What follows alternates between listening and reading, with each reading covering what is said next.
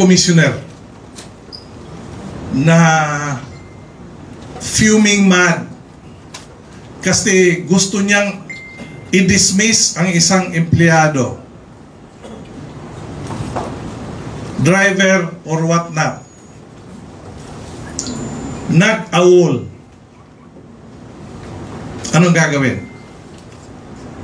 Tayo ba sa ating bansa, pag may ganong issue, i-dismiss mo ba kaagad? Medyo process po. And all of us are practically employees here. So the first thing that you do is, please explain in 24 hours why no disciplinary action be done against you for being absent for 2 days. And I think a lot of friends among the officials in the National Commission of Senior Citizens are expecting too much. I recall one time when a commissioner wrote directly an employee to explain, and the employee sent the explanation to me because ako po yung CEO, and that drove this official to nagalit kasi bakit dinaan sa akin.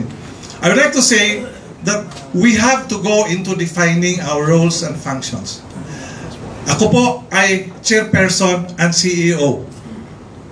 Ang mga commissioners po meet regularly, every month. In fact, we do not just regular meetings but also special meetings.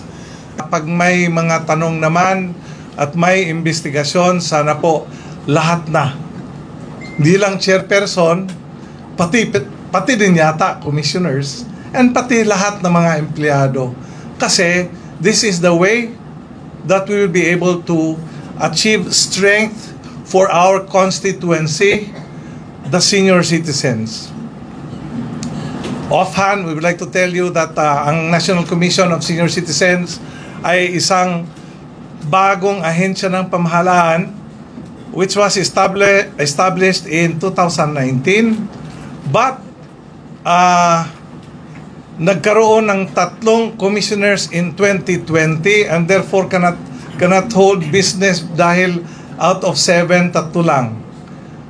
Naging 4 in 2021, and that is when we started doing business. However, in 2020, we did the necessary preparation. We were able to enlist lots of volunteers so that we would be able to make the IRR. Then we will also be able to make the organizational structures. Although the formal discussions started in 2021, may preparation at po tayong ginawa noong 2020. And so, in 2021, as we did the IRR making, medyo madugo pala ang IRR making. Knowing that we are a new agency, we had to consult all other agencies that has something to do with the creation and the improvement of the work for the National Commission of Senior Citizens.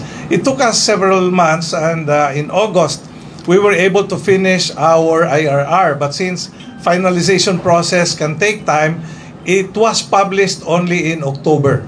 So nagkaroon tayo ng IRR sa October 2021, and also on December 2021, nagkaroon tayo ng organizational structure.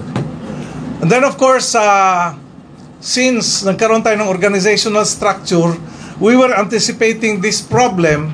However, we had difficulty. In fact, we wrote civil service letters asking for, pwede bang ang komisyon na ang tuturo ng mga mag-appoint ng mga regular employees? Ang sagot ay, hindi po pwede. Kailangan po may selection board. Sino ang magsi-selection board? Ang magsi-selection board ay mga regular employees. Paano ito? Wala pa kaming regular employees. Paano namin ituro ang regular employees na wala pa naman kaming regular employees? The issue of chicken egg. Ano ang nauuna? Ang itlog o ang manok? So, having faced that issue, I went to the office of the President. I went to the other offices who were friendly, even went to DOLE, went to some other offices there and all because I needed help. And thankfully, may ibang mga ahensya na nagpapahiram ng empleyado para lang matulungan yung regular work. And eventually, at the instance of the Office of the President, DAR was directed to choose the regular employees for, I mean, not DAR, DSWD was directed to select the candidates to be appointed for regular employees. Two phases. The first phase was the 6, and like I said, hindi po kaya ng isang interim selection board na gagawin ng komisyon. Kasi nga, wala kaming regular employees. Kaya, yung selection board ay doon namin hiningi sa DSWD.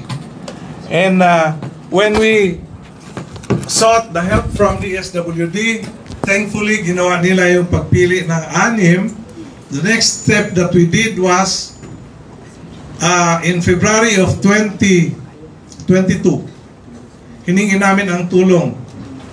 Again, hindi nakapagbigay ng suporta ang HR ng Office of the President at that time. So we were again brought to DSWD. It took DSWD 9 months to be able to give us the short list. So, November of 2022, nagkaroon ng mga candidates for employment. December 2022, nagkaroon kami ng interview. Kaya January 2023, mayroon na pong mga regular employees ang National Commission of Senior Citizens. So, it was last year, finally, na may regular employees ang National Commission of Senior Citizens. In the record time of 1 year, we were able to fill up all the clustered regions. That is because at that time, I had the support of the commissioners. So, kasi, ang pag-appoint ng empleyado, hindi tulad ng isang probinsya, munisipyo, o syudad. Ang pag-appoint ng empleyado dito sa NCSC ay gawa ng komisyon. Ibig sabihin, 7 ang mag-i-interview at mag-decide. In the case of the local government unit, the mayor decides. The governor decides. After, of course, a selection process. So, ang nakikita natin, even with such unwieldy requirement of the law, na abot pa rin natin yung timetable and schedule. Now, last February, nag-decide ang DBM na bigyan tayo ng dagdag na 8 region. Ibig sabihin, ang lahat na administrative regions ay covered na. Except may bagong region ang Negros Island region. But all the rest of the region are already covered. And now, we are busy filling up the position for all the regional offices. So right now, ginagawa natin ang lahat na paraan para mapupuno ito. So I will take this opportunity to also announce to the public na yung mga rehiyon na wala pang NCSC, baka naman pwedeng makahanap tayo ng mga applicants para tunay na makakatulong talaga tayo sa ating mga senior citizens. And like I said, the very purpose for the creation of the National Commission of Senior Citizens is to give the seniors buoying up the spirit and a sense of purpose. Nakikita kasi natin na pagdating sa stage ng senior and aging, and it's the last chapter, nagkakawatak-watak. And so, I actually am very happy that the government has created the National Commission of Senior Citizens, a new agency under the Office of the President. Of course, since it's a new agency, tayo po ay nagiging the first chairperson, and the commissioners majority of them are first as well. Being first, alam mo naman kung first ka, may learning curve ka. Ang daming debate.